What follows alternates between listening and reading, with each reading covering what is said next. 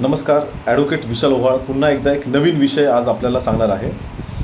बरेच जण आपापल्याकडे काही प्रॉपर्टीज असतात त्या भाड्याने देण्यासाठी तयार असतात. त्यासाठी काही ॲडव्हर्टाइजमेंट देतात किंवा एजंटच्या मार्फत देतात किंवा काही ओळखीच्या लोकांच्या मार्फत ती देत असतात. जेव्हा आपण एखादी प्रॉपर्टी भाड्याने देतो तेव्हा त्याचा करारनामा आपण करत असतो, ॲग्रीमेंट करत असतो आणि ते ॲग्रीमेंट झाल्यानंतर त्याचं पोलीस व्हेरिफिकेशन करून आपण पोलिसांकडे ती माहिती सुपूर्द करत असतो आणि सोसायटीकडे देत असतो. परंतु एवढ्यावर थांबायचं नसतं. काय झालं आहे की आजकाल एक नवीन ट्रेंड असा निघालेला आहे की ज्यामध्ये ओनरकडून आपण काही जण प्रॉपर्टी भाड्याने घेतात आणि त्यानंतर बनावट दस्त तयार करून एकतर ती प्रॉपर्टी परस्पर तिरायताला विकून टाकतात किंवा त्या प्रॉपर्टीमध्ये मालकासोबत आपण काहीतरी व्यवहार केलेला आहे, मालकांना काहीतरी कॅश स्वरूपात आपण रक्कम दिलेली आहे, अशा पद्धतीचे बनावट दस्त तयार करतात आणि नंतर ती प्रॉपर्टी खाली करण्यास नकार देतात.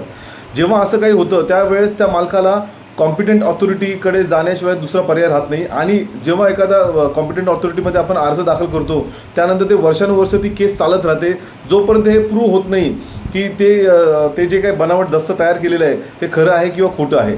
परंतु जो राहणारा व्यक्ती आहे, जो भाड्याने त्या ठिकाणी राहतो आहे, तो भाडं देखील देणं बंद करून टाकतो. अशा पद्धतीने मालकांचं त्यामध्ये खूप मोठ्या प्रमाणात नुकसान होत असे आणि हा एक नवीन ट्रेंड सध्या मार्केटमध्ये चालू आहे.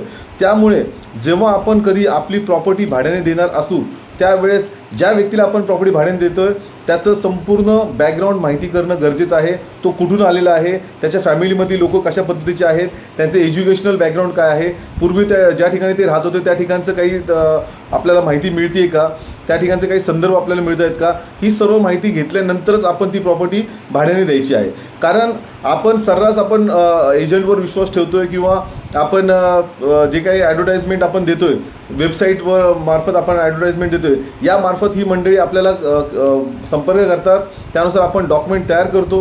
आपल्याला असं वाटतं की आपण ॲग्रीमेंट टू सेल आपण लिव्ह अँड लायसन्स जे काही भाडे करार आहे तो केलेला आहे, पोलीस व्हेरिफिकेशन केलेलं आहे, त्यामुळे आपण अगदी सुरक्षित आहोत. तर असं होत नाही आहे. त्यामुळं कोणालाही प्रॉपर्टी भाड्याने देताना अगोदर विचार करा, त्याचं संपूर्ण माहिती घ्या आणि तरच त्या व्यक्तीला ती प्रॉपर्टी भाड्याने द्या, अन्यथा आपल्याला पश्चाताप होऊ शकतो. ही माहिती केवळ आणि केवळ मालकांच्या प्रॉपर्टीच्या सुरक्षिततेच्या दृष्टिकोनातून आपण देत आहोत. यामध्ये कोणाच्याही नावाचा आपण या ठिकाणी जाणीवपूर्वक उल्लेख केलेला नाही आहे आणि असं जर घडलं तर त्वरित आपण जवळच्या पोलीस स्टेशनला ही माहिती द्यायची आहे. धन्यवाद.